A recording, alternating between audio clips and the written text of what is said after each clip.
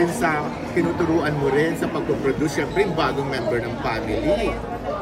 Si May. Ay, hindi. Oo naman. Sabi ko sa kanya na, ginagawa, actually sinasabi ko naman sa kanya na ginagawa ko to for Arjo, Ria, Jella, Chavi, Lapia, sabi ko, sa mga anak ko to. So ikaw, bilang asawa ni Arjo, isa ka na dito at asikasuhin niyo itong Nathan. Kasi later on, sabi ko sa kanya, maglilaylo ako sa, pagdating ka dito, kayo na yon mga bata, mga anak namin, kasama ka dito, asawa ka ni Arjo, sabi ko.